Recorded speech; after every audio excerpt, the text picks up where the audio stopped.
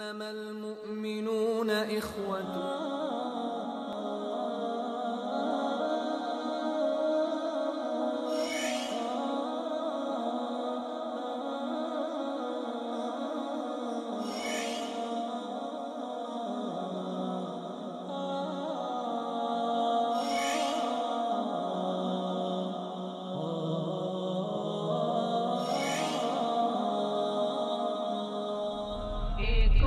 مسلم حرم کی پاسبانی کے لیے. بسم اللہ الرحمن الرحیم. السلام علیکم ناظرین، میں ہوں آپ کا ہوسٹ جہاز مناس. ایک ہوں مسلم کے ایک نئے ایپیسوڈ کے ساتھ آپ کی خدمت میں حاضر ہیں. آج ہم بات کریں گے، جیسا کہ آپ سب کو معلوم ہے، 5 فروری یوم یکجہتی کشمیر پاکستان بھر میں اور کشمیر، آزاد کشمیر میں یہ منایا جاتا ہے، اور یہ دن خاص کر کشمیریوں کے ساتھ اظہار یکجہتی کے لیے منایا جاتا ہے، تاکہ پوری دنیا کو یہ باور کرایا جا سکے کہ کشمیر ایک متنازع مسئلہ ہے، ایک متنازع علاقہ ہے جس میں بسنے والے شہریوں کے حقوق کو غصب کیا جا رہا ہے. اس سے پہلے کہ ہم اپنے پروگرام کا آگے چلیں اور اپنے مہمان کا میں تعارف کراؤں، میں چاہوں گا کہ اپنے ناظرین کو یوم یکجہتی کشمیر یا 5 فروری کی ابتدا کے بارے میں کچھ بتایا جا سکے. 16 مارچ 1846 میدہ امرتسر 75 لاکھ روپے میں نانک شاہی کے عوض سودا کیا گیا کشمیر کو بیچنے کا. اس کے بعد 13 جولائی 1931 کو سری نگر جیل کے احاطے میں 22 کشمیری مسلمانوں پر فائرنگ کی جاتی ہے، جو شہید ہو جاتے ہیں اور 47 شدید زخمی ہو جاتے ہیں. آل انڈیا مسلم لیگ نے کشمیر کمیٹی کی بنیاد رکھی اور اس واقعے پر اپنا جو ان کا اظہار تھا غصے کا، غم کا، اسے اظہار کرنے کے لیے کشمیر کمیٹی کا اعلان کیا گیا، اور علامہ محمد اقبال پہلی کشمیر کمیٹی کے سربراہ منتخب ہوئے یا انہیں اناؤنس کیا گیا.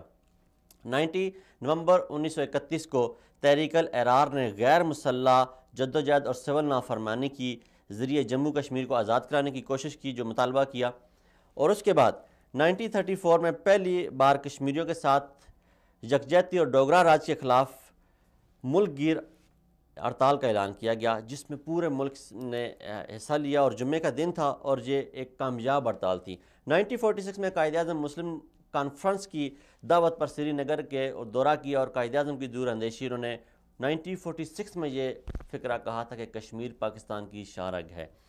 19 جولائی 1947 کو سردار ابراہیم کے گھر پر قرارداد الحاق پاکستان منظور کی گئی، جو کشمیریوں کی ایک بہت بڑی تعداد نے اتفاق کے رائے سے منظور کی، مگر اس متفقہ قرارداد کو غصبانہ ہندو ذہنیت نے مسترد کر دیا.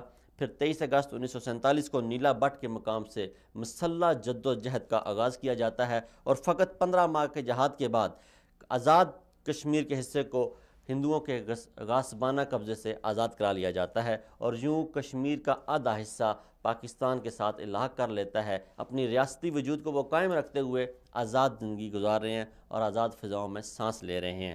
بھارت نے 4 اور 13 مارچ 1975 کو یہ قرارداد لوک سبھا اور راجیہ سبھا میں اس معاہدے کی توثیق کی کہ عبداللہ جو تھے وہاں کے شیخ عبداللہ کو سری نگر کے تخت کا سربراہ بنایا جائے، جس کی مسلمانوں نے شدید الفاظ میں مذمت کی. اور 1981 میں تمام کشمیری موومنٹ نے انہوں نے الیکشن میں حصہ لینے کا مسلم محاذ کے نام سے الیکشن میں حصہ لیا، جس کو 23 مارچ 1987 کو مسلم محتطہ محاذ کو جو الیکشن وہ جیت چکے تھے، ہندو غاصبانہ سوچ نے ایک بار پھر مسترد کیا اور مسلمانوں کو مجبور کیا کہ وہ مسلح جدوجہد کی طرف جائیں. 1989 میں مسلمانوں نے مسلح جدوجہد کا آغاز کیا، اور 5 جنوری 1989 کو قاضی حسین احمد نے لاہور میں ایک پریس کانفرنس کی، اور اس پریس کانفرنس میں 1 ماہ کا الٹیمیٹم دیا پوری دنیا کو. اور اس کے بعد 5 فروری 1989 کو پہلی دفعہ یوم یکجہتی کشمیر کی ہڑتال کی کال دی گئی، جو پورے ملک میں کامیابی کے ساتھ کامیاب ہوئی. اور اس کے بعد محترمہ بے نظیر بھٹو اور میاں محمد نواز شریف صاحب کی حکومتیں آئیں، اور بالترتیب ان حکومتوں نے اس ہڑتال کی تائید کی، اور انہوں نے کشمیر کے پھر اس طرح آج سے یہ 20 سالوں سے ہم یوم یکجہتی کشمیر منا رہے ہیں، اور 5 فروری کو ہم یہ اظہار کرتے ہیں کہ ہم کشمیریوں کی اس جدوجہد میں ان کے ساتھ ہیں.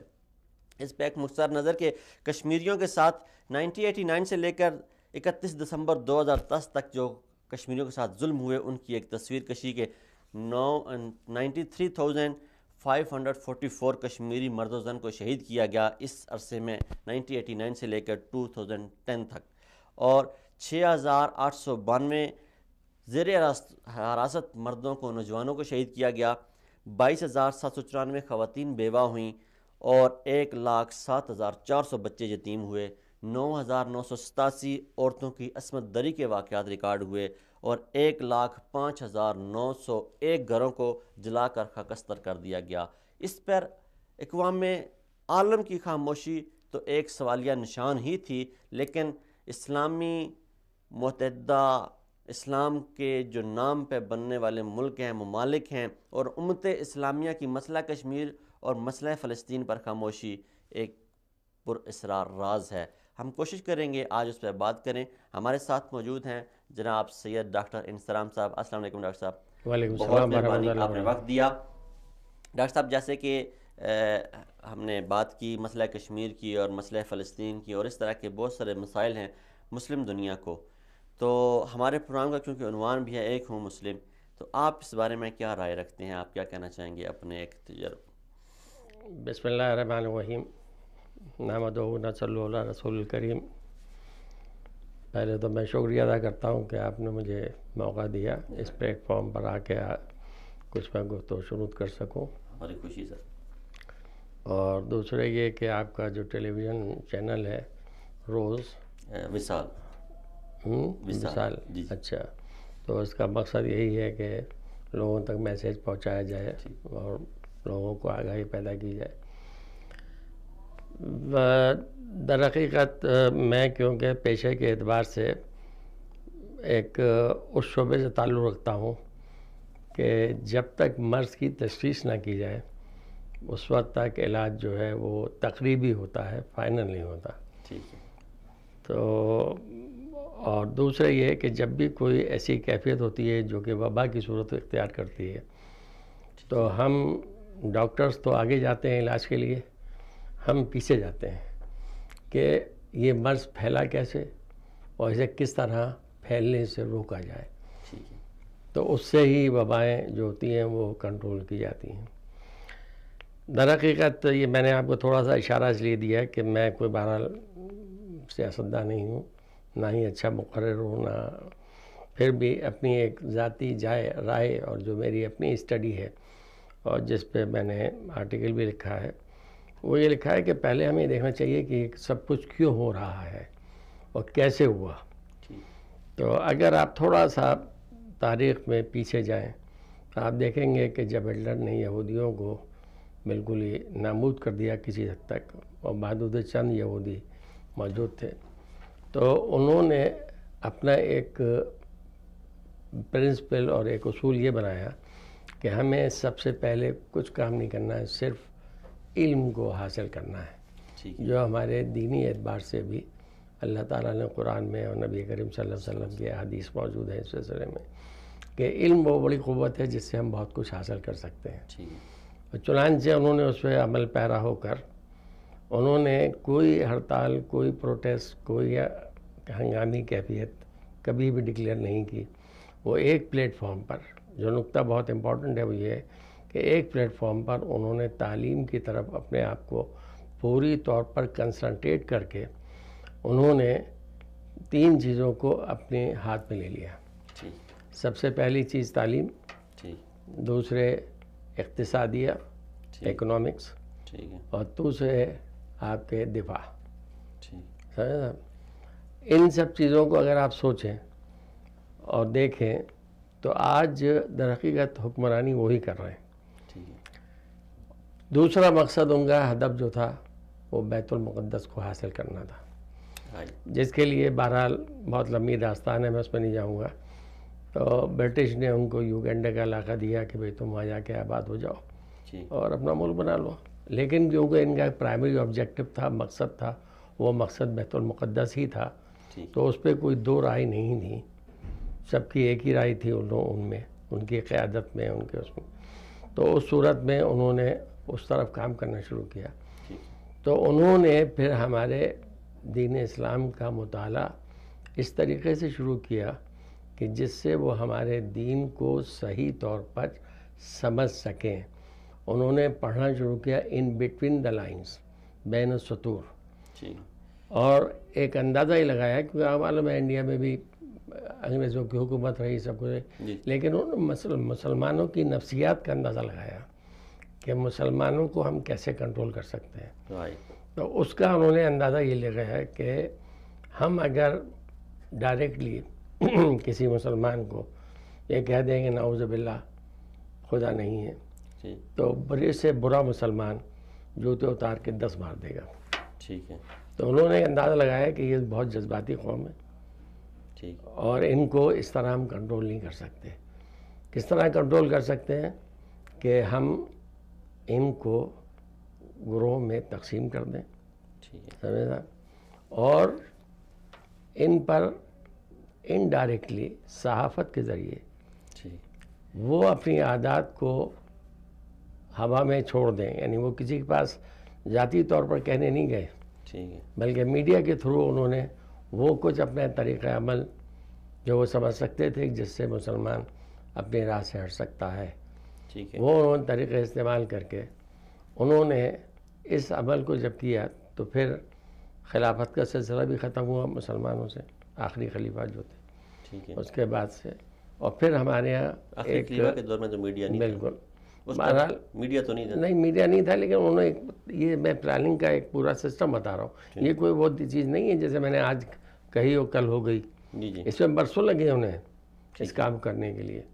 چنانچہ وہ جب مسلمانوں میں گروہ بندی شروع ہو گئی اور دین کا بٹوارا ہوا تو وہاں سے اب سلسلہ مسلمانوں کے نزول کا شروع ہوا.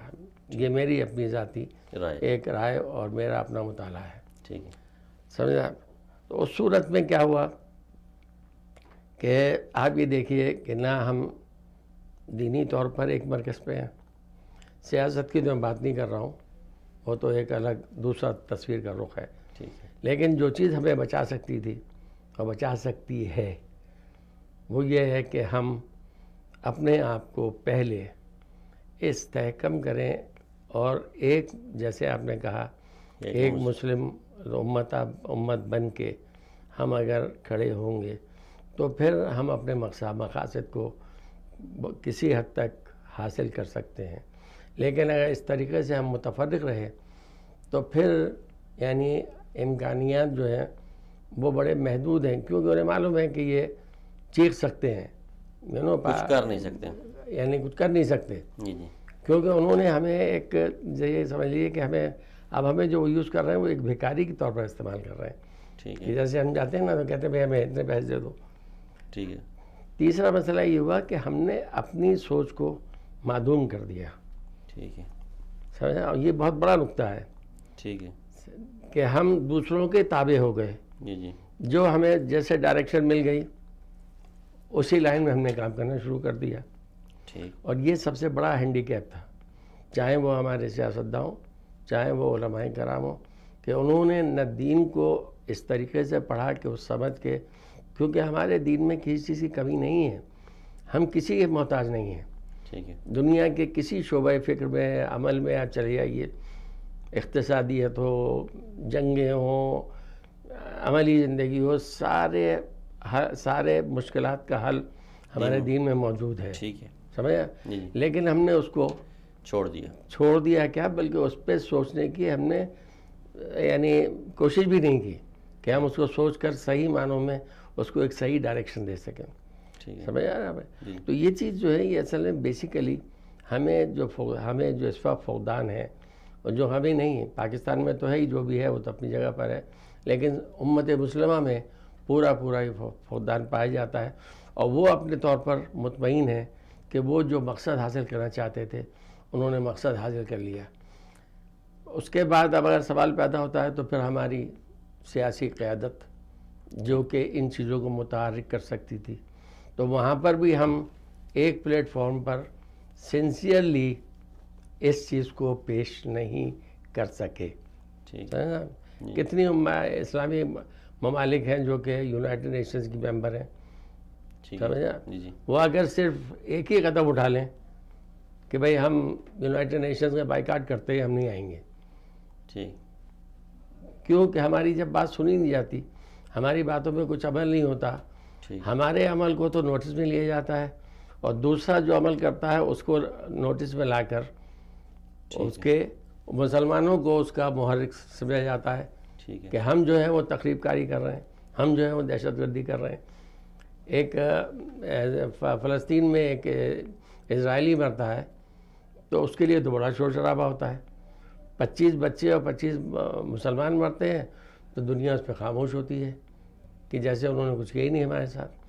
تو سب سے اہم چیز جو میں چاہتا ہوں اور بتانا چاہتا ہوں کہ بھئی ہم اپنے آپ کو پہلے اپنی اصلاح کس طرح کریں کہ جس سے ہم ایک پلیٹ فارم پہ آ کے ایک آواز کے ساتھ ایک ہی مقصد کو لے کر آگے بڑھ کر ہم اپنی بات کو منوا کے اپنے مسائل کا حل تلاش کر سکیں. ڈاکٹر صاحب، آپ نے ایک بڑی زندگی کا ایک تجربہ ہے آپ کے پاس، آپ ایک کھلی کتاب ہے ماشاءاللہ سے. آپ کیا سمجھتے ہیں کہ یہ جو مسلمان پوری دنیا میں ایک دہشت گردی کی علامت بن گئی، جیسے ابھی ڈونلڈ ٹرمپ نے کچھ ممالک کو بین کر دیا امریکہ میں انٹری سے، وہ کو کہ ایک ایگزیکٹو آرڈر ایشو ہوتا ہے، پھر اس کے بعد سپریم کورٹ ان کو معطل کر دیتی ہے، لیکن امت مسلمہ کی طرف سے وہ ریئیکشن سامنے نہیں آیا جو آنا چاہیے تھا. تو وہی تو میں نے آپ سے عرض کیا نا پہلے جی کہ یہ کیا ہے. اول تو میرا اپنا نظریہ یہ ہے کہ آئی ڈونٹ کیئر. میں اس پہ فکر نہیں کرتا کہ ٹرمپ نے 7 ممالک یا دوسرے 3 اور 4 اور ممالک کو وہ اگر امیگریشن نہ دیں اور نہ بلائیں اور نہ رکھیں تو میں اس پہ چیخ کیوں رہا ہوں. سوال یہ ہے کہ ہم کمزور ہیں نا. میری اپنی جو ایک فکر ہے. نہیں سر، سوال تو یہ پیدا ہوتا ہے نا کہ وہ ممالک جو انسانی حقوق کی بڑی آواز بلند کرتے ہیں، یہ تو انسانی حقوق کی کھلی خلاف ورزی ہے. وہاں پہ بے شمار لوگ ایسے ہوں گے جنہوں نے نیشنلٹی لے کے وہ بیٹھے ہوئے ہیں، وہ اپنے عزیزوں سے پیاروں سے ملنے کی چاہتے.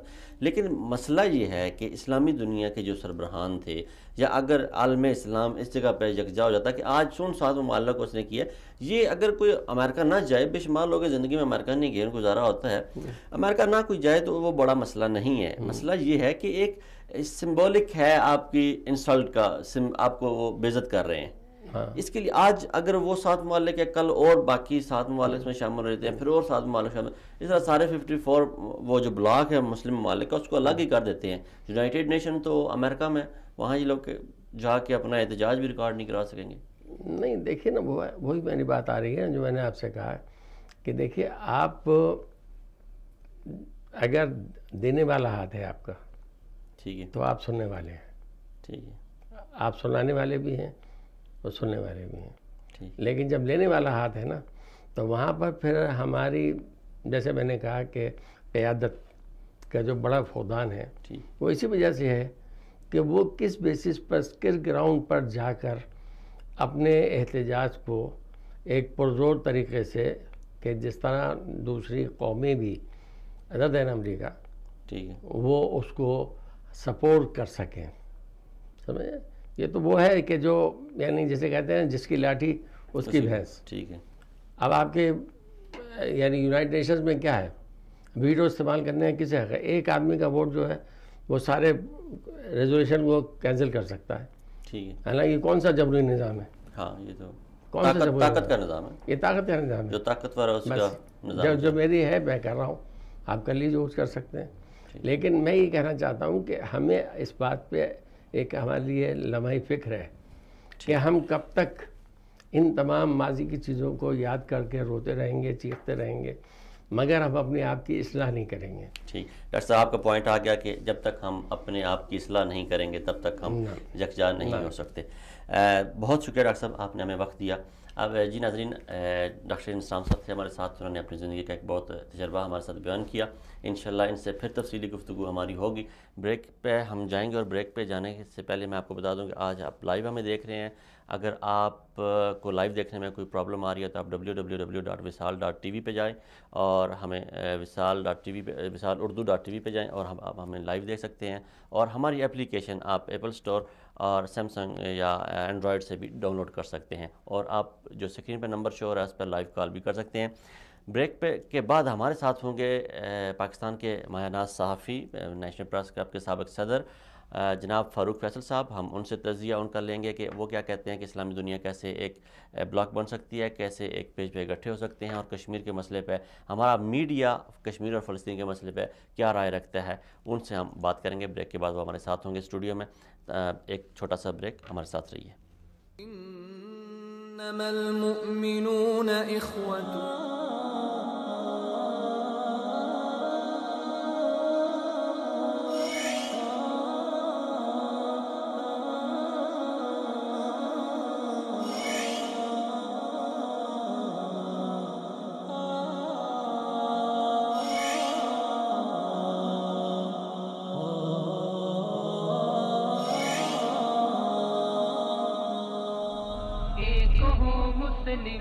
حرم کی پاسبانی کے لیے۔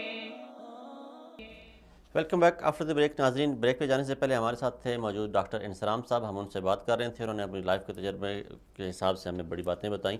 انہوں نے کہا جی کہ گروہ میں تقسیم ہو گئے مسلمان، جب تک ایک یکجان نہیں ہوں گے تب تک اتحاد امت بہت مشکل بات ہے۔ اور انہوں نے کہا کہ میڈیا کے ذریعے انتشار پھیلانے کی کوشش کی جا رہی ہے، اور پھر انہوں نے کہا جی کہ اپنی سوچ کو ہم نے محدود کر دیا ہے، ہم اپنی سوچ کو وسیع کرنا ہوگا۔ بریک پہ جانے سے پہلے میں نے آپ کو بتایا تھا کہ بریک کے بعد ہمارے ساتھ ہوں گے سابق نیشنل پریس کے سابق صدر اور سینئر صحافی جناب فاروق فیصل صاحب، ہمارے ساتھ اسٹوڈیو میں موجود ہیں۔ آپ ہمارا پروگرام لائیو دیکھ رہے ہیں، اور آپ اگر لائیو دیکھنے کے لیے کوئی پرابلم آ رہی ہے تو آپ www.visalurdu.tv پر بھی دیکھ سکتے ہیں، اور آپ ہمیں لائیو کال بھی کر سکتے ہیں 00441114031011 پہ آپ ہمیں لائیو کال کر سکتے ہیں، اور ہماری اپلیکیشن کو آپ اینڈرائڈ یا ایپل فون سے ڈاؤن لوڈ کر کے وہاں پہ بھی ہمارے لائیو دیکھ سکتے ہیں۔ جناب فاروق فیصل صاحب، بہت مہربانی سر، آپ ہمارے شو میں تشریف لائے، آپ کے وقت کا شکریہ۔ ہمارا ٹاپک ہے جی ایک ہوں مسلم۔ ایک بہت بڑا سوال ہے جو ہماری نوجوان نسل یہ کہتی ہے کہ میڈیا کے ذریعے انتشار پھیلانے کی کوشش کی گئی ہے امت اسلام۔ ہم پاکستان کی صرف بات نہیں کر رہے، کہتے ہیں جی کہ عالم اسلام میں جو انتشار ہے اس میں میڈیا کا بڑا کردار ہے، آپ کیا سمجھتے ہیں؟ بالکل بجائے کسی حد تک آپ کہہ سکتے ہیں کہ میڈیا کا بہت کردار ہے، اور اس میں ہنود و یہود کی سازشیں بھی کار فرما ہے، مغرب کا میڈیا بھی کار فرما ہے جس نے عالم اسلام میں انتشار پھیلانے کی کوشش بھی کر رہا ہے اور ہوا بھی دے رہا ہے۔ لیکن ہم صرف میڈیا کو اس کا قصوروار قرار نہیں دے سکتے، کیونکہ آج کا جو میڈیا، الیکٹرانک میڈیا، جو اگر آپ اس سے بات کرتے ہیں چاہے وہ پرنٹ کی کریں یا الیکٹرانک کی کریں، تو یہ سارا 40-50 سال کا عرصہ ہے۔ سارا پرنٹ جو ہے جس نے گرو کیا ہے اس نے 40-50 سال پہلے گرو کیا ہے، اور الیکٹرانک میڈیا نے 15 سے 20 سال میں گرو کیا ہے۔ ہو سکتا ہے یورپ میں اس نے 30 سے 40 سال پہلے کیا ہو، لیکن عالم اسلام کا انتشار جو ہے وہ 30-40 سال کا نہیں ہے۔ یہ تو آپ کو بھی پتہ ہے اور مجھے بھی پتہ ہے کہ کب کا انتشار اور کب سے پھیلتا جا رہا ہے۔ اس دور میں بھی جو طاغوتی قوتیں تھیں، یا آج سے 1400 سال پہلے یا 1300 سال پہلے یا 1200 سال پہلے جو طاغوتی قوتیں تھیں، انہوں نے بھی انتشار پھیلانے کی کوشش کی، اور ہمارے اندر کی جو تفرقہ بازی تھی، جو ہمارے اندر کی جو کمزوریاں تھیں ان کو ہوا دینے کی کوشش کی، ان کو ہوا دی، جس کی باعث آج ہم یہ دیکھتے ہیں کہ آج امت مسلمہ جو ہے وہ ایک وحدت کی صورت میں ہمیں نظر نہیں آتی، جو کہ اس وقت دنیا میں ایک بڑی، ہر لحاظ سے ایک بڑی قوت بھی ہے۔ اور عالم اسلام کے پاس ایسی کون سی چیز ہے جو نہیں ہے؟ عالم اسلام کے پاس دولت بھی ہے، عالم اسلام کے پاس طاقت بھی ہے، عالم اسلام کے پاس ریاستیں بھی ہیں، عالم اسلام کے پاس رقبے بھی ہیں۔ غرض کہ ہر وہ چیز ہے جو اس دنیا میں کسی بھی مادی طور پہ جو ضرورت ہوتی ہے کسی بھی ایک ریاست کو یا کسی بھی ایک امت کے لیے، آپ کرسچینٹی کو دیکھ لیں یا کسی اور کو دیکھ لیں، تو جب ہم مسلم امہ کی بات کریں گے تو آپ کو مسلم امہ میں پاکستان جیسا ملک بھی نظر آ جائے گا، دنیا کا واحد ایٹمی ملک ہے اور ایٹمی ملک ہے۔ آپ کو عالم اسلام میں سعودی عرب اور کویت اور عراق، باقی سارے جو ممالک ہیں جو وسیع تر قدرتی وسائل سے مالا مال ہے، دولت سے مالا مال ہے، وہ سب بھی نظر آئیں گے۔ مسئلہ یہ ہے کہ ہمارے عالم اسلام میں جو ہے وہ ویژن کی کمی ہے، وہ قیادت کی کمی ہے، جو اس ساری چیزوں کو ایک مربوط کر سکے، اس تمام وسائل کو، تمام قوتوں کو، تمام علم کو۔ ہمارے یہاں ایسی کوئی عالم اسلام کے پاس قیادت نہیں ہے جو اس سب کو ایک لڑی میں پرو سکے اور ساری چیزوں کو جب اکٹھا کر کے ایک طاقت بنا کے سامنے لا سکے۔ تو ہم صرف میڈیا کو قصوروار نہیں قرار دے سکتے، ہم اپنے آپ کو بھی قصوروار، ہمیں اپنا بھی جائزہ لینا ہوگا، عالم اسلام کو اپنا بھی جائزہ لینا ہوگا، تمام ممالک کو۔ ہم لوگ فرقہ پرستی میں بٹے ہوئے ہیں، ممالک بھی اور ریاستیں بھی۔ جب تک ہم ایک ہو مسلم، جو آپ کا یہ پروگرام ہے اور جو ہمارے پاکستان کے شاعر مشرق علامہ اقبال نے جو کہا، ایک ہو مسلم حرم کی پاسبانی کے لیے، تاب خاک کاشغر سے لے کے نیل کے ساحل سے لے کے تاب خاک کاشغر، تو گویا کہ وہی بات کہ جب تمام عالم اسلام چاہے وہ کسی بھی خطے میں ہے، اور جب تک مربوط نظام میں اپنے آپ کو مربوط نہیں کرے گا وہ ابھر کر سامنے نہیں آ سکے گا۔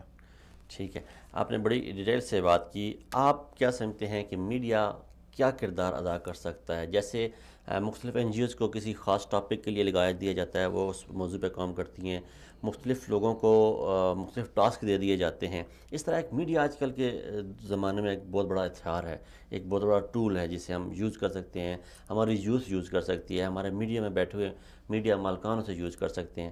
کیا اتحاد امت کے لیے میڈیا کردار ادا کر سکتا ہے، اور کیا کردار ادا کر سکتا ہے، اس پہ ذرا کوئی؟ دیکھیں، ہمیں جو میڈیا کا لفظ ہے نا، اب یہ بہت وسیع ہو گیا ایک اصطلاح ہے۔ آیا میڈیا سے مراد ہماری الیکٹرانک میڈیا ہے یا پرنٹ میڈیا ہے یا سوشل میڈیا ہے یا کیا واٹس ایور؟ اگر ہم دیکھیں اس وقت جو اہمیت ہے وہ الیکٹرانک میڈیا کی اور سوشل میڈیا کی ہے۔ ہم پہلے بات کرتے ہیں الیکٹرانک میڈیا کے حوالے سے۔ الیکٹرانک میڈیا جو ہے وہ اپنے اثر پذیری کے حوالے سے سب سے زیادہ مؤثرہ، اور الیکٹرانک میڈیا میں اور آپ جو الیکٹرانک میڈیا سے وابستہ ہیں، آپ صرف اپنے گھر کے فرد نہیں رہے، آپ جو آپ کے دیکھنے والے لاکھوں کروڑوں ناظرین ہیں، آپ ان کے گھر کے بھی فرد بن چکے ہیں۔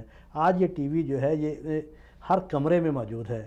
عالم اسلام کی ہم جب بات کر رہے ہیں، میں پاکستان کی اگر بات کرتا ہوں تو پاکستان کے ہر گھر کے ہر کمرے میں اب ٹی وی موجود ہے، اور جب آپ جیسے لوگ جو پروگرامز کرتے ہیں، جو بات کرتے ہیں، تو وہ آج ہر شخص کے بیڈ روم تک جا چکے ہیں۔ تو لہٰذا اس لیے میں کہتا ہوں کہ الیکٹرانک میڈیا جو ہے وہ سب سے اپنے اثر پذیری کے لحاظ سے سب سے مؤثر ہے۔ اب آگے بات کہ وہ کیا کردار ادا کر سکتے ہیں۔ بدقسمتی یہ ہے کہ ہمارے میڈیا سے وابستہ جو لوگ ہیں وہ اس چیز سے نابلد ہیں، یا اس طرح کی کوئی اسٹڈی نہیں ہوتی کہ جو میرے منہ سے نکلا ہوا لفظ ہے وہ اثر رکھتا ہے، وہ کوئی اس سے اثر لے سکتا ہے۔ جس دن ہمارے میڈیا کے لوگوں کو یہ پتہ لگ گیا کہ واقعی ان کے منہ سے نکلا ہوا لفظ جو ہے وہ اثر رکھتا ہے اور وہ فرق ڈالتا ہے اور وہ فرق ڈال سکتا ہے، تو اس دن ہم ایک قدم آگے کی طرف بڑھ سکیں گے۔ اور جو میں اور آپ جیسے لوگ جو سوچتے ہیں کہ ایک ہو مسلم سب اکٹھے ہوں، تو وہ ہم کوئی اس کا اثر دیکھ سکتے ہیں یا اس کا نتیجہ نکلتے ہوئے دیکھ سکتے ہیں۔ اب آگے سوشل میڈیا کے پوائنٹ آف ویو سے بات، تو پھر جب آپ سوشل میڈیا بھی جو بیسیکلی ہے وہ الیکٹرانک میڈیا سے ہی اثر لیتا ہے۔ جب الیکٹرانک میڈیا جو ہے وہ اپنا کردار پوری طرح ادا نہیں کر پاتا، تو ہر شخص پھر سوشل میڈیا پر آ کر اپنا کردار ادا کرنے کی کوشش کرتا ہے۔ لیکن جب الیکٹرانک میڈیا کا شخص جو ہے وہاں سے وہ اپنا اثر لے گا، اور وہاں سے اسے گائیڈ لائن ملے گی اور وہ رائٹ پاتھ پہ ہوگا، تو جو سوشل میڈیا کو یوز کر رہے ہیں تو وہ بھی اسی لیے یوز کریں گے، اور وہ بھی اتحاد امت کی بات کریں گے اور سب کو ایک لڑی میں پرونے کی بات کریں گے۔ سوشل میڈیا کی آپ نے بات کی، سوشل میڈیا تو ایک بے لگام گھوڑا ہے، جس کا جو دل کرتا ہے وہ آ کے اس پہ کہہ دیتا ہے۔ ابھی گورنمنٹ نے اس پہ کچھ بات کی ہے کہ جو بغیر اجازت کے کسی کی تصویر آپ پوسٹ کرنا، یا جیسے دنیا کے باقی مہذب ممالک میں اس پہ پابندی ہے، لیکن ہمارے یہاں دیکھنے کو یہ ملا ہے کہ جو ہمارا میڈیا ہے، جو الیکٹرانک میڈیا کی آپ کیونکہ اس سے وابستہ ہے تو ہم الیکٹرانک میڈیا کی بات کرتے ہیں۔ الیکٹرانک میڈیا کی اگر بات کریں تو اس پہ کچھ ایسی چیزیں چل جاتی ہیں جو بے بنیاد ہوتی ہیں۔ اس کے لیے اگر آپ امریکہ یا یورپ میں کریں، ابھی پاکستان کا ایک کیس تھا، آپ نے بھی دیکھا، 2 مختلف پرائیویٹ ٹی وی چینلز کا ایک کیس تھا جو کہ لندن کی عدالت میں فیصلہ ہوا، اور بے بنیاد الزامات پہ ایک چینل کو جرمانہ ہوا، اور اتنا بڑا جرمانہ تھا کہ انہیں اپنا سیٹ اپ وہاں بوریا بسرا گول کر کے واپس پاکستان آنا پڑا۔ پاکستان میں اس طرح کی قانون سازی میڈیا اپنا اثر و رسوخ استعمال کر کے کیوں نہیں کروا رہا؟ دیکھیں، جب ہم یہ دیکھتے ہیں اس حوالے سے یورپ میں یا امریکہ میں، وہاں پر الیکٹرانک میڈیا ہم سے 20-25 سال پہلے جوان ہوا ہے۔ ابھی ہم جو ہے ابھی بلوغت کی عمر تک نہیں پہنچے، اب بھی یہ چیزیں، یہ غلطیاں اس طرح کی ہوتی رہیں گی، اور اناڑی کے ہاتھ میں جب چیز آتی ہے تو وہ نقصان بھی کرتا ہے، اور یہ نقصان ہو بھی رہا ہے اور نقصان ہوا بھی ہے، لیکن اناڑی پھر نقصان اپنا بھی کرتا ہے۔ جس چینل کی آپ بات کر رہے ہیں، اگر اس نے الزام تراشی کی اور اس پہ اتنا بڑا جرمانہ ہوا کہ اسے اپنا سب کچھ سمیٹنا پڑا، تو اب وہ سوچ سمجھ کے آئندہ اپنی نشریات چلائے گا، بڑے سوچ سمجھ کے کوئی الزام، میں اسی کی بات کر رہا ہوں، اسی کی طرف آ رہا ہوں نا، کہ اب یہ چیزیں پاکستان میں بھی ریپلیکیٹ ہوں گی، وہاں پر بھی قانون سازی ہو رہی ہے، وہاں پر بھی لوگ عدالتوں میں گئے ہوئے ہیں، وہاں پر بھی فیصلے ہو رہے ہیں، گو کہ ابھی تاخیر ہو رہی ہے، لیکن وقت آئے گا کہ بہت، اب چند سالوں کی بات ہے۔ اب دیکھیں کہ اب جو وہاں پہ ریگولیٹری اتھارٹی ہے پیمرا، وہ جرمانے کر رہی ہے اور لوگوں کو سزائیں دے رہی ہے، چینلز کو بند کر رہی ہے، اینکرز کو بند کر رہی ہے، جو لوگ غیر ذمہ داری کا مظاہرہ کر رہے ہیں، جو منافرت پھیلا رہے ہیں، جو اتحاد و یکجہتی کی فضا کو خراب کر رہے ہیں، تو ان کو بند بھی کیا جا رہا ہے۔ ابھی ایک اور وہ جعلی ڈاکٹر تھے، وہ بڑا وہ نفرت پھیلا رہے تھے، تو ان کو انہوں نے بند کیا. ہائی کورٹ نے گو کہ انہیں دے دی تھی اجازت, لیکن مجھے یہ پتہ لگا کہ سپریم کورٹ نے اس کو دوبارہ کر دیا. تو پاکستان میں بھی چیزیں ہو رہی ہیں گریجولی. ہم یہ نہیں کہ یہ توقع کرنا کہ اوور نائٹلی سارا کچھ ہو جائے گا, تو یہ سوچنا بھی شاید مناسب نہیں ہے. وقت لگے گا آہستہ آہستہ, اور آئندہ 5-10 سال میں آپ دیکھیں کہ پاکستان میں الیکٹرانک میڈیا بھی جو ہے وہ بڑا میچور ہو جائے گا, اور جو غیر ذمہ دار عناصر ہیں وہ آہستہ آہستہ سائٹ پہ ہوتے جائیں گے یا جرمانوں کی زد میں آئیں گے اور اپنے گھروں کو چلے جائیں گے. سر, اگر پاکستان میں پیمرا کے قوانین کی بات کی جائے تو پیمرا میں بڑے واضح طریقے سے لکھا ہوا ہے جی, آپ کسی بھی چینل میں بیٹھ کر فرقہ وارانہ گفتگو نہیں کر سکتے, یا کوئی بھی ایسا ٹی وی چینل جو بیرونی فنڈڈ ہو آپ لانچ ہی نہیں کر سکتے پاکستان میں. اب مسئلہ یہ ہے کہ کچھ جو آرگنائزیشنز ہیں انہوں نے اپنے ٹی وی چینل لے لیے ہیں. پیمرا کو بھی پتہ ہے انہوں نے کیا کرنا ہے, جو لائسنس دے رہے ہیں انہیں بھی پتہ ہے انہوں نے کیا کرنا ہے, جو وہاں پہ بیٹھے ہوئے ہیں پوری دنیا کو پتہ ہے وہ کیا کر رہے ہیں. تو کیا ہم فرقہ واریت کو پروموٹ کرنے میں الیکٹرانک میڈیا کا پیمرا ساتھی نہیں بن رہا؟ دیکھیں, جب الیکٹرانک میڈیا شروع ہوا اور یقین مانے کہ پیمرا یا وزارت اطلاعات کسی کو بھی کچھ نہیں پتا تھا کہ یہ کیا میڈیا ہے, یہ کیا بلا ہے, یہ کیسے اپنے پرپردے نکالے گا اور کیا معاشرے میں نقصان پہنچائے گا. اور کچھ وقتی اور سیاسی مسلطوں کے وقت کے تحت بھی حکمرانوں نے جو آنکھیں بند کی رکھی, لیکن اب بہت شدت کے ساتھ اس چیز کا ادراک کیا جا رہا ہے, نہ صرف عوام میں بلکہ میڈیا کے اندر بھی, اور میڈیا کے جو سیریس پلیئرز ہیں, مالکان ہو یا ورکنگ جرنلسٹ ہو, وہ بھی اس بات کا احساس کر رہا ہے, اور وہ خود جو ہے وہ اس بات کے مطالبہ کر رہا ہے. یہ جس کو میں جعلی ڈاکٹر کی بات کر رہا ہوں, 100 ایڈیٹرز نے, پاکستان کے 100 نامور ایڈیٹرز اور نامور صحافیوں نے پیمرا سے کہ اس اقدام کو خود سراہا ہے کہ آپ نے بڑا اچھا اقدام کیا. پاکستان براڈ کاسٹر ایسوسی ایشن مالکان جو ہے وہ خود, چاہے کچھ بھی ہو جائے, وہ ایک دوسرے کے خلاف کوئی سزا اس طرح کا معاملہ ہوتا تھا تو وہ ایک دوسرے کے ساتھ کھڑے ہو جاتے تھے, لیکن پاکستان براڈ کاسٹر ایسوسی ایشن جو ہے, جو مالکان کی ایسوسی ایشن ہے, اس نے خود پیمرا سے مطالبہ کیا اور اس بات کی اس نے تائید کی کہ آپ نے بڑا اچھا فیصلہ کیا ہے. تو پیمرا بھی جو ہے وہ آہستہ آہستہ کس رہا ہے, سب کے پیچ کس رہا ہے. یقین کیجئے کہ جو آج سے 2 سال پہلے جو حال تھا چینلز کا, جو طریقہ, جو جس طرح نشریات چل رہی تھی, آج 50% اس کی امپرومنٹ ہو چکی ہے. اور اگر ایسے ہی معاملات چلتے رہے اور ورکنگ جرنلسٹ, اپنا سول سوسائٹی, عوام اور پیمرا اسی طرح سوچتا رہا کہ بھی ہمیں ایسی نشریات دکھانی ہے جس سے ملک کو فائدہ ہو, عوام کو فائدہ ہو, تو وہ دن دور نہیں ہے کہ جب ہم دیکھیں گے کہ پاکستان کا الیکٹرانک میڈیا بھی جو ہے وہ ایک میچور ہے. ہاں, یہ ضرور ہے کہ ہمیں یہ دیکھنا چاہیے کہ کہیں ایسا نہ ہو کہ پیمرا اس سارے عمل میں جو عوام کا اظہار رائے کی آزادی ہے, جو اس سے تفریق کرنا ہوگی کہ میں جو بات کر رہا ہوں, جو آپ بات کر رہے ہیں, کہ ایک بات ہے حکومت کے خلاف بات کرنا, ایک بات حکومت کی پالیسی کو تنقید کا نشانہ بنانا, ٹھیک ہے, اس پر پابندی نہیں لگنی چاہیے. باقی جو لوگ منافرت پھیلاتے ہیں, قومی یکجہتی کو نقصان پہنچاتے ہیں, اداروں کے درمیان تفریق پیدا کرتے ہیں, مسالک کے درمیان تفریق پیدا کرتے ہیں, ان پر گرفت ہونی چاہیے, اور اس پہ تمام قوم جو ہے وہ یکسو ہے. بہت سارے ناظرین ہمیں کال کر رہے ہیں جی. آپ جتنے بھی ناظرین ہمیں کال کر رہے ہیں اس وقت آپ کا بہت شکریہ, لیکن ہم پروگرام کے آخر میں آپ کی کال لیں گے اور آپ ہمیں لائیو کال کر سکتے ہیں. اور ابھی جب ہم پروگرام کے آخر میں اناؤنس کریں گے کہ اب آپ کال کریں, آپ ہمیں سوال کر سکتے ہیں. فاروق فیصل صاحب ہمارے ساتھ موجود ہیں, آپ ان سے سوال کر سکتے ہیں کہ پاکستان میڈیا جو ہے اس کی اس سے آپ کو کیا شکایت ہے, کیا گلہ ہے, اور آپ کیا دیکھنا چاہتے ہیں, پیمرا کو کیسے پروموٹ کرنا چاہتے ہیں, پیمرا کو آپ کیا رائے دینا چاہتے ہیں. بڑے سینئر جرنلسٹ ہیں اور ماشاءاللہ بہت تجربہ ہے ان کا. فاروق صاحب, ہمارا جو سوال ہے کہ نوجوان نسل, کسی بھی معاشرے کا, کسی بھی قوم کا, کسی بھی ملک کا سرمایہ جو ہے نوجوان نسل ہوتی ہے. امت مسلمہ کا سرمایہ نوجوان نسل ہے. اس کی ایک مثال اللہ کے نبی نے جب اپنا آخری مارکہ, جو اپنی زندگی کا آخری مارکہ تھا, اس کی قیادت حضرت اسامہ کو دے کے واضح کیا کہ امت مسلمہ کی جو قیادت ہے وہ مسلمان نوجوان کرے گا. آپ کیا سمجھتے ہیں کہ جو نوجوان ہے امت کا, اس کو آپ پاکستانی میڈیا پہ, الیکٹرانک میڈیا پہ کس طرح گائیڈ کر سکتے ہیں؟ کیا ذمہ داری بنتی ہے اینکر پرسن کی, پروگرامز کی, جو ہمارے گھروں میں آپ نے جیسے خود بات کی کہ آج جو بات کی جاتی ہے وہ ہر گھر تک پہنچتی ہے, ہر بیڈ روم تک پہنچتی ہے, اس میں مائیں, بہنیں, بیٹیاں, بچے سب دیکھ رہے ہوتے ہیں. وہ ایک نوجوان نسل کو ہم پروان چڑھا رہے ہیں, تو انہیں کیسے گائیڈ لائن دی جائے؟ سب سے پہلے تو جو الیکٹرانک میڈیا کی جو ذمہ داری ہے, جو میں یہ سمجھتا ہوں کہ اسے اپنی نشریات, اسے اپنے پروگرام, اسے اپنے ڈرامے, اس نے اپنی ہر چیز 24 گھنٹے کی نشریات جو ہے اسے 2 اصولوں پر رکھنی چاہیے. ایک تو یہ مد نظر رکھنا چاہیے کہ پاکستان ایک اسلامی ریاست ہے, اس کے اوپر جو ہے ساری ہماری اساس ہے. ہمیں اپنی اقدار جو ہے سیاسی اپنا مذہبی اقدار اور لوکل اقدار کو مد نظر رکھتے ہوئے وہ نشریات کو استوار کرنا چاہیے. ہمیں یہ مادر پدر آزادی یا مغربی لباس کے حوالے سے, اشتہارات کے حوالے سے میں لمبی ایک مثال دے سکتا ہوں کہ ایسی نشریات ہمیں چل رہی ہیں جس کا ہماری اقدار کے ساتھ, ہمارے مذہب کے ساتھ کوئی دور کا بھی لگاؤ نہیں ہے, جبکہ ہم گھر میں اپنے بچے کو کوئی اور تعلیم دے رہے ہوتے ہیں اور ٹی وی کچھ اور دکھا رہا ہوتا ہے جس کی وجہ سے وہ انتشار کا شکار ہوتا ہے. تو یہ جو ہماری اپنا مذہبی اور لوکل اقدار ہے اس کے ساتھ ہم آہنگ ہونی چاہیے. سب سے پہلے ہم آہنگ ہوگی تو پھر اس کے بعد جو ہے آپ اپنی قوم کی, اپنے نوجوان کی جو ہے وہ ذہنی تربیت بھی کر سکیں گے, اخلاقی تربیت بھی کر سکیں گے, اور ایک تربیت یافتہ نوجوان ہی جو ہے پھر قوم اور ملک کو آگے لے کے جا سکے گا. ٹھیک ہے.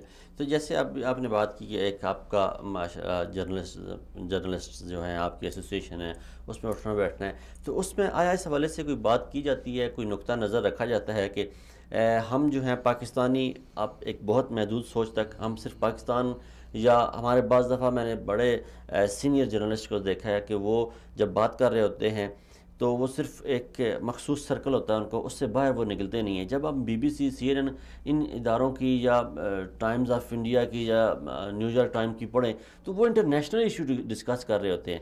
تو یہ کیا وجہ ہے کہ ہمارا جرنلسٹ جو ہے وہ انٹرنیشنل اپنی سوچ کو وہ وسیع نہیں کرتا, بیرونی دنیا تک نہیں لے کے جاتا, یا اس کی یہ سوچ میں نہیں آتا کہ ہم نے امت مسلمہ کو یکجا کرنا ہے؟ اس حوالے سے کوئی واضح کام ہوتا نظر نہیں آتا.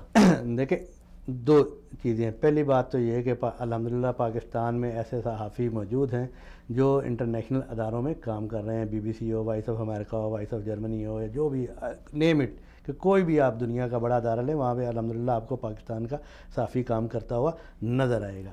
اب جب آپ BBC اور وائس آف امریکہ ان سب کی بات کریں گے اور اس کے مقابلے میں پاکستانی میڈیا کی بات کریں گے تو یہ ذہن میں رہنا چاہیے کہ پاکستانی جو میڈیا, الیکٹرانک میڈیا جو ہے وہ ایک کاروباری مقاصد کے لیے قائم کیا گیا ہے, اور اس کا سکوپ جو ہے بہت محدود ہے, اور اس کا آڈینس جو ہے صرف پاکستان کی عوام ہے یا بیرون ملک رہنے والے پاکستانی. جبکہ جن عالمی میڈیا جن کی آپ بات کر رہے ہیں وہ ادارے جو ہیں وہ ریاست کے سپانسرڈ ہیں.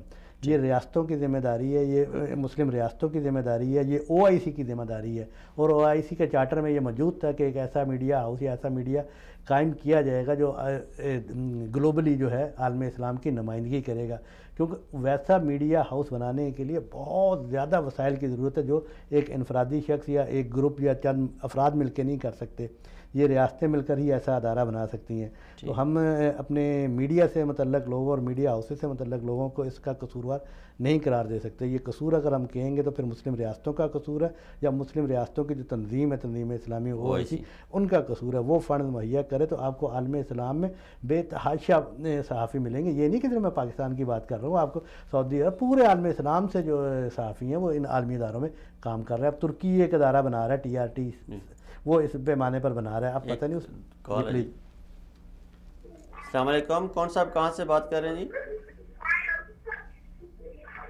سلیم بات کر رہا ہوں مردان سے. جی سلیم صاحب, آپ کیا سوال کرنا چاہیں گے؟ فاروق حیدر صاحب پاکستان کے سینئر جرنلسٹ ہمارے ساتھ. ابھی یہ وصال چینل آپ کا چل رہا ہے. جی السلام علیکم. وعلیکم السلام.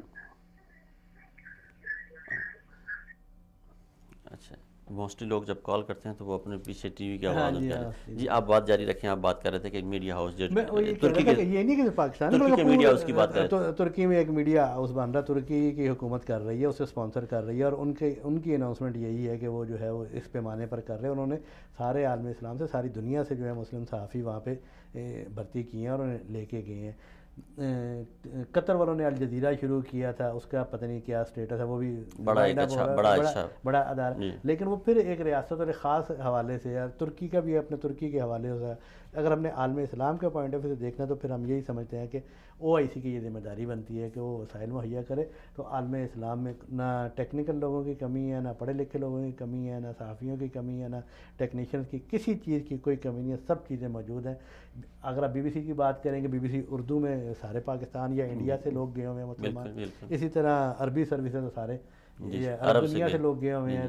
فارسی کی بات کریں تو سارے وائس آف امریکہ کی پشتو سروس ہے, سارے ہمارے پشاور کے بھائی گئے ہوئے ہیں, ساتھی گئے ہوئے ہیں جرنلسٹ. تو لہٰذا یہ کوئی کمی نہیں ہے ہمارے یہاں پورے عالم اسلام میں، نہ اچھے جرنلسٹ کی کمی ہے، نہ ٹیکنیشین کی کمی ہے، نہ انجینئر کی کمی ہے. کمی ہے تو یہ ہے کہ جو ریاستوں کی تنظیم ہے اس کی طرف سے جو ہے وہ کمی ہے کہ وہ وسائل مہیا کرے تو ادارے بن جائیں گے. ٹھیک ہے جی. آپ کل ہم نے یوم یکجہتی کشمیر جو ہے وہ بڑے زور و شور سے منایا جاتا ہے. اس پہ اگر بات کی جائے، اس مسئلے پہ، کشمیر ہمارا جو مسئلہ ہے، پھر فلسطین کا ہے، پھر اب برما کا ایشو ہے، عالم اسلام جو کردار ادا کرنا چاہیے کیا وہ کر رہا ہے ان مسائل کو حل کرانے کے لیے؟ نہیں، یہ تو ایک ایسا سوال ہے جس کا جواب بغیر سوچے سمجھے کہا جا سکتا ہے کہ عالم اسلام یہ اپنا کردار بالکل ادا نہیں کر رہا. آپ نے مسئلہ کشمیر کی بات کی ہے اور کل یوم کشمیر منایا گیا ہے، 5 فروری کو منایا جاتا ہے. تو آپ یہ دیکھ لیں کہ گزشتہ 6 ماہ میں کشمیر میں کیا، مقبوضہ کشمیر میں کیا ہو رہا ہے. وہاں پہ مظفر وانی شہید کی. جی السلام علیکم، کون صاحب کہاں سے بات کر رہے ہیں؟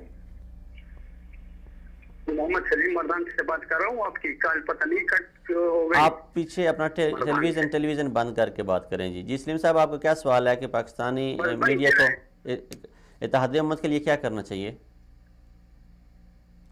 اصل میں سر اس نے ایک سوال کیا تھا کہ میڈیا کے لیے کیا سوال ہے. ٹھیک ہے. تو آپ کا جو دوسرے والے میڈیا ہے یا جیو ہے یا ایئر وائی نیوز ہے، جی ٹھیک ہے، تو وہ اس طرح کرتے ہیں. جب زلزلہ پچھلے دنوں آیا تھا، وہ سال پہلے 2 سال پہلے، تو یہ صرف یہ کہہ رہے تھے کہ پلا سائنسدان نے یہ کہا ہے، پلا سائنسدان نے یہ کہا ہے. یہ نہیں کہتے کہ گناہوں کا زور بڑھ گیا ہے. ٹھیک ہے، اور دعا کرو، اللہ سے معافی مانگو. ٹھیک ہے.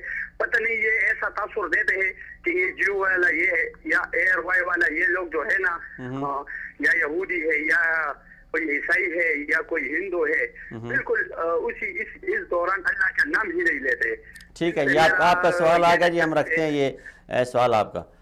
سر یہ جو ابھی سوال محمد سلیم صاحب نے مردان سے کیا، یہ ایک بڑا پاکستانی جو عوام ہے نا، ان کے ذہن میں یہ کنسیپٹ ڈیولپ ہو گیا ہے کہ پاکستان کی جو موسٹلی ٹی وی چینلز ہیں یہ شاید پاکستان کے مخالف کام کرتے ہیں یا اسلام کے مخالف ہیں. یہ سوچ کیوں ڈیولپ ہوئی ہے؟ دیکھیں، جن دو کا ان کا نام لیا ان کی کاروباری رقابت ہے، وہ دونوں ایک دوسرے کے خلاف یہ الزام تراشی کرتے بھی رہے ہیں، اور جس کا نتیجہ وہی نکلا کہ انہوں نے برطانیہ کی عدالت میں جو کیس ہوا اور اس میں ایک دوسرے کو جرمانہ بھی ہو گیا.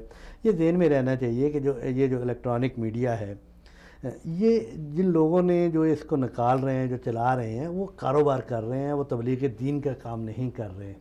تو ہمیں ان سے کوئی گلہ نہیں ہونا چاہیے کیونکہ جب آپ کاروبار کر رہے ہوتے ہیں اور اتنے بڑے پیمانے پر یہ جو لوگ کاروبار کر رہے ہیں، تو پھر ان کا کوئی اصول نہیں ہوتا ہے. ان کا مطمع نظر جو ہے زیادہ سے زیادہ پیسہ کمانا ہوتا ہے. تو جب آپ کا مطمع نظر ہی پیسہ کمانا ہو تو پھر اس میں تمام روایات، اخلاقی روایات، سیاسی روایات، تمام جو ہے وہ عملیہ میٹ ہو جایا کرتی ہیں. اور پھر وہی بات کہ یہ کوئی دین کے لیے نہیں کر رہے، یہ پیسے کے لیے کر رہے ہیں، ہمیں ان سے یہ کوئی شکایت نہیں ہونی چاہیے. تو اگر ریاست یا کوئی اور ریاست ادارہ اس طرح قائم کرے اور یہ اصول دین اور یہ ساری جس میں مذہب اور دین کے حوالے سے بات ہو، وہاں پہ یہ بات ہو سکتی ہے.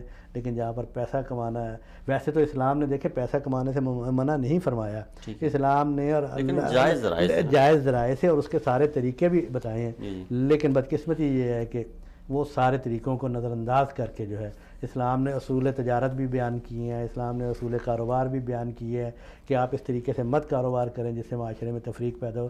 بدقسمتی سے یہ سارا میڈیا جو ہے یہ تفریق بھی پیدا کر رہا ہے.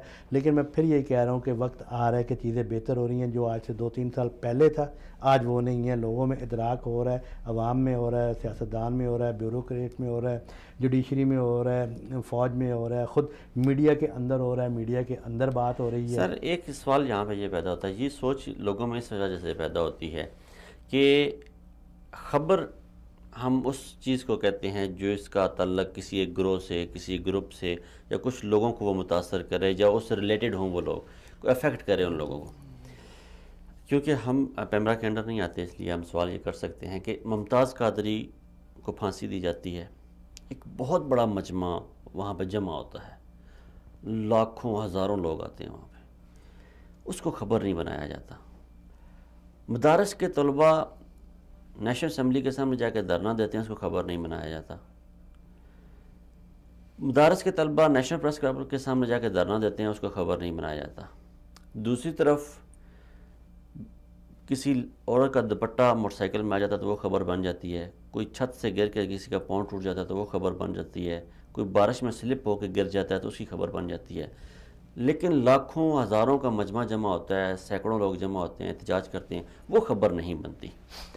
دیکھیں ایسی سوچیں ڈیولپ ہوتی ہیں. نہیں، ہر شخص کا اور ہر کا سوچنے کا انداز ڈیفرنٹ ہے. آپ خبر کی مختلف تشریح کر سکتے ہیں، میں مختلف تشریح کر سکتا ہوں. میں جس ادارے میں بیٹھا ہوں اس کی اپنی ایک پالیسی، ایڈیٹوریل پالیسی ہے، دوسرے کی اپنی ایڈیٹوریل پالیسی ہے. آپ نے جن واقعات کا ذکر کیا ہے، اگر وہ دکھا دیے جاتے وہ سارے واقعات تو آپ خود اندازہ لگا لیجئے کہ اس وقت شہر میں کیا صورتحال تھی، تو پھر پورے ملک میں کیا طوفان برپا ہوتا. میں ایک اور فرقہ واریت کے حوالے سے راولپنڈی میں آج سے 4-5 سال پہلے ایک جو واقعہ ہوا تھا، اگر وہ بتائیں کہ اگر اس وقت الیکٹرانک میڈیا پہ وہ خبر نشر کر دی جاتی کہ یہ ایسا ہوا ہے اور ایسا ہو رہا ہے، تو آپ بتاتے. میرا نہیں خیال ہے کہ 1 گھنٹے کے اندر پاکستان کی کوئی ایک عمارت جو ہے وہ سلامت رہ جاتی. میں سمجھتا ہوں کہ میڈیا نے ایسی چیزوں پر جن کی طرف آپ توجہ دلا رہے ہیں، باقی لوگ توجہ دلاتے ہیں، جس سے معاشرے میں نفاق پیدا ہوتا ہے، جس سے معاشرے کو، ریاست کو نقصان پہنچ سکتا ہے، میڈیا کو وہ چیزیں نہیں دکھانی چاہیے، چاہے وہ کتنی بھی حقیقت کیوں نہ ہو. کیونکہ سچ کتنا بھی اچھا کیوں نہ، اگر وہ سچ نقصان پہنچا رہا ہے تو میرا خیال ہے کہ وہ بیان نہیں کرنا چاہیے. لیکن سر جب دوسری طرف جبران ناصر لال مسجد کے سامنے کھڑے ہو کے وہاں پہ علماء کو گالیاں دیتا ہے تو اس کی کوریج کی جاتی ہے، اسے ٹی وی پہ دکھائے. نہیں دیکھیں، باقی لوگوں کی بھی کوریج ہوتی ہے، لیکن جن واقعات کی طرف آپ نے نشاندہی کا اشارہ کیا ہے، جن کی طرف روکا جاتا ہے، جن کو نہیں دکھایا جاتا، اس سے معاشرے میں زیادہ انتشار پھیلنے کا خطرہ ہوتا ہے. باقی میں اس بات کے بھی حق میں نہیں ہوں کہ اگر کوئی شخص جو ہے مذہب کا مذاق اڑائے یا مسجد کا مذاق اڑائے یا دین کا مذاق اڑائے، تو ہم خود الحمدللہ جو ہے اس چیز کی مخالفت بھی کرتے ہیں، لکھتے بھی ہیں، بولتے بھی ہیں، اور اللہ تعالیٰ نے ہمت دی تو ہاتھ سے بھی روکتے ہیں. چلیں جی ناظرین، اب کیونکہ ہمارے پروگرام اختتام کی طرف جا رہا ہے، اور آپ جو دوست جو اپنی رائے کا اظہار کرنا چاہیں وہ ہمیں کال کر سکتے ہیں. اب لائیو کال کا نمبر ہمارا شو ہو رہا ہے. السلام علیکم، کون صاحب کہاں سے بات کر رہے ہیں؟ السلام علیکم سر. وعلیکم السلام. یہ الوصال اردو نیوز ہے. جی وصال اردو ہے. آپ کہاں سے بات کر رہے ہیں؟ میں دبئی سے بات کر رہا ہوں، غلام رسول نام ہے میرا. جی غلام رسول صاحب، اپنا سوال کریں. آپ پاکستانی میڈیا کے حوالے سے کوئی سوال کرنا چاہیں؟ ہمارے ساتھ نیشنل پریس کلب کے سابق صدر. جی سر، سوال. آپ لوگوں کا جو چینل ہے میں بہت پیار سے دیکھتا ہوں، بہت اچھا چینل ہے. ٹھیک ہے. یہ 2 چینل جو ہے ARY اور جیو نیوز، یہ راؤ سے جو ہے پیسہ لیتے ہیں، ہمارے پاکستان کو بدنام کر رہے ہیں. ان کو بند کرنا چاہیے اور حکومت کو چاہیے کہ ان کے اوپر بین لگانا چاہیے، دونوں کے اوپر. چلیں ٹھیک ہے جی. آپ کیا سمجھتے ہیں جو باقی ٹی وی چینلز ہیں پاکستان میں، وہ پیسہ کہیں سے نہیں لیتے؟ وہ آپ کی مرضی کے پروگرام دکھاتے ہیں؟ نہیں، یہ بس آپ لوگوں کا چینل مجھے بہت پسند آیا، اور جو چینل ہے وہ سب بیکار ہے. چلیں تھینک یو ویری مچ. جی یہ غلام رسول صاحب سے تھے جی دبئی سے، اور سوال ان کا بھی وہیں پہ وہ انہی 2 چینلز کے بارے جی ان کی سوچ ہے، انہی 2 چینلز کے بارے میں بات کی. ناظرین، اب آپ جتنے بھی ہمیں دیکھنے والے ہیں وہ جو اگر آپ لائیو کال کرنا چاہیں تو آپ ہمیں لائیو کال کر سکتے ہیں. فاروق صاحب، کشمیر کے حوالے سے ہم بات کر رہے تھے، یوم یکجہتی کشمیر کے بعد کی. ہم نے قاضی حسین احمد صاحب، ایک دور تھا بڑا ہی زور و شور سے ہم نے کشمیر کا نعرہ سنا، ان جہاد کشمیر کے لیے لوگوں کو بھی لے گئے. پھر مشرف صاحب کا دور آتا ہے، اس میں کشمیر کے جہاد کا نام لینا، اور ہم گارنٹی دیتے ہیں انڈیا کو کہ ہم آزاد کشمیر کی جو سرزمین ہے اسے جہاد کشمیر کے لیے استعمال نہیں ہونے دیں گے. آپ کیا رائے رکھتے ہیں کہ اب موجودہ جو کشمیر کا ایشو ہے وہ کس سطح پہ آپ دیکھتے ہیں، اور کیا کوئی جو ہم اقدامات کر رہے ہیں کشمیر کی آزادی کی صورتحال نظر آ رہی ہے آپ کو؟ دیکھیں، کشمیر کے حوالے سے 3 فریق ہیں، ایک انڈیا ہے، ایک پاکستان ہے، اور ایک مقبوضہ کشمیر کے عوام ہیں. ٹھیک ہے. تو جو بھی اب تک کوششیں ہوتی رہی ہیں اس میں ہمیشہ یہی ہوتا ہے کہ کشمیری عوام کو نظر انداز کر کے ریاست پاکستان اور ہندوستان جو ہے وہ آپس میں بات کرتے ہیں، اور معاملہ جو کا تو ہی ہے. جب تک ہم اس سارے معاملے میں کشمیری عوام کو خود شامل نہیں کریں گے اس عمل میں، اس وقت تک معاملہ آگے نہیں بڑھ سکتا. پاکستان کی ہمیشہ یہ خواہش رہی ہے کہ کشمیر کے عوام، مقبوضہ کشمیر کے عوام جو ہے سارے عمل کا حصہ بنے، لیکن ہندوستان جو ہے اس کے آڑے آ جاتا ہے. اب معاملہ یہ ہے کہ عالمی دنیا جو ہے 2 ہے، عالم اسلام ایک طرف رکھے، عالم اسلام ایک طرف رکھے عالمی دنیا. جب ہم انٹرنیشنل فورمز پہ جاتے ہیں تو بدقسمتی یہ ہے کہ پاکستان جو ہے وہ اپنا کیس اتنا مضبوط انداز سے وہاں پہ نہیں لڑ پاتا یا اس کی سنوائی نہیں ہو پاتی، اور اس کی وجہ یہ ہے کہ ہمارے مقابلے میں جو ہندوستان ہے، بھارت جو ہے وہ ہم سے بہت بڑا ملک ہے اور اس کی بہت بڑی معیشت ہے اور اس کی بہت بڑی منڈی ہے۔ یورپی ممالک اسے منڈی کے طور پہ استعمال کرتے ہیں اور اسلامی ممالک بھی جو ہے اس کے تعلق آپ دیکھیں گے کہ عالم اسلام کے کئی ممالک ایسے ہیں جن کے پاکستان سے زیادہ بہتر تعلق بھارت کے ساتھ ہے۔ تو یہ چیزیں ساری آڑے آتی ہیں، عالم اسلام خود سارا آڑے آتا ہے۔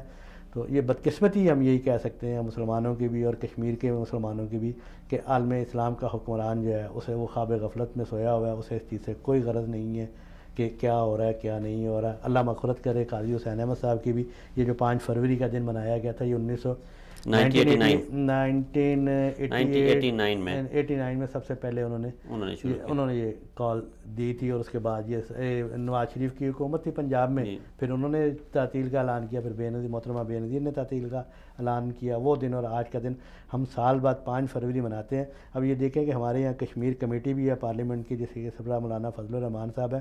پچھلے دنوں سید علی گیلانی صاحب نے مقبوضہ کشمیر سے جو ہے وہ خود یہ مطالبہ کیا ہے کہ انہیں کشمیر کمیٹی سے ہٹایا جائے تاکہ پاکستان جو ہے عالمی فورم پر اچھا کردار ادا کر سکے۔ اب خود اندازہ کر لیں کہ ایک تیسرا فریق جو ہے وہ ایک دوسرے فریق جو اس کا ہمدرد فریق ہے اس کی بنائی ہوئی کشمیر کمیٹی کے سربراہ کے بارے میں کیا خیال رکھتا ہے؟ سر، یہ کشمیر کمیٹی کی بنیاد میں نے پروگرام کے شروع میں بتایا کہ 1931 میں جب رکھی گئی تو علامہ محمد اقبال پہلے وہ شخص تھے جو کشمیر کمیٹی کے سربراہ بنے، اور کشمیر کمیٹی کو انہیں سربراہ بنایا گیا تھا۔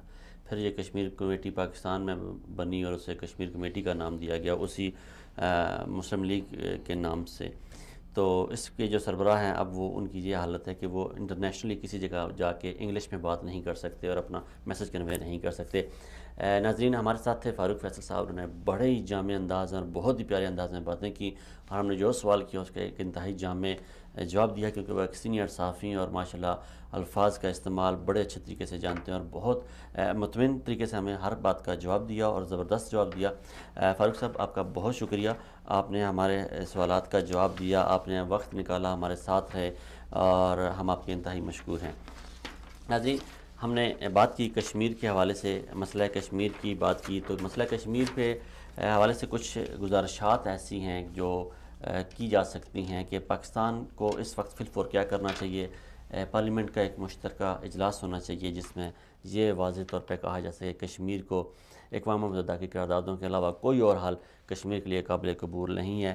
جس چین نے جو موقف اپنایا کشمیر کے معاملے پہ، اس کی پاکستان کو بھرپور تائید کرنی چاہیے، اور پاکستان کو چاہیے کہ وہ اپنا فارن آفس استعمال کرتے ہوئے اس مسئلے پہ جو کشمیر کے موضوع پہ جو لائن چائنا نے لی ہے اسے آگے لے کے جائے، اور OIC اور عرب لیگ سے مطالبہ کیا جائے کہ ہندوستان سے وہ مسئلہ کشمیر کے منصفانہ حل کے لیے اپنا دباؤ اور اپنا اثر و رسوخ استعمال کریں، اور یہ ڈراوا دیں ہندوستان کو کہ ہم اپنی تجارت آپ سے ختم کر دیں گے۔ حکومت واضح اعلان کرے کہ تحریک آزادی کشمیر اور دہشت گردی بالکل 2 مختلف چیزیں ہیں۔ آج کے پروگرام میں ہم نے میڈیا کے کردار پہ بات کی اور کشمیر کے موضوع پہ بات کی۔